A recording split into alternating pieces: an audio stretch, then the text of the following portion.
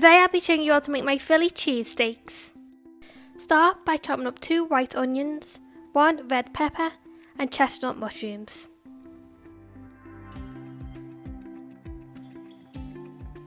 Now onto the steak. We need to remove the fat before slicing. I like to put the steak in the freezer for 30 minutes before slicing. This will make it easier to cut very finely.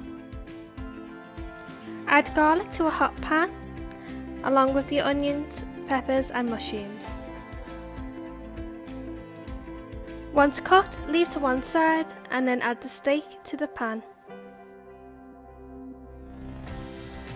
Add garlic pepper and Worcestershire sauce to the steak and stir until the steak is cooked.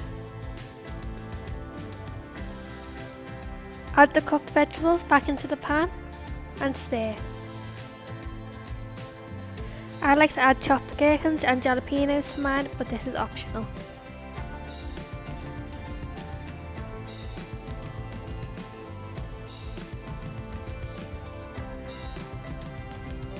As this recipe is for 2 people, we need to take half of the mixture out and leave to the side.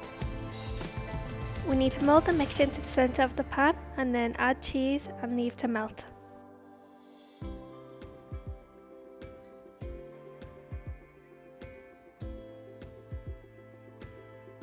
Now comes the tricky part. Once the cheese has melted, get your baguette and press down on top of the cheese, face down. Now you need to get a plate with tin foil on and tin upside down on top of the baguette, and then flip the whole thing and it should just come away. This is why you will need to use a non-stick pan. Add some more cheese into the middle and then close the baguette, wrap it all up to keep the heat inside and melt the cheese.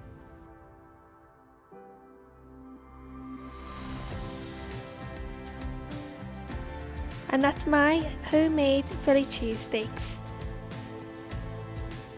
I hope you've enjoyed my video.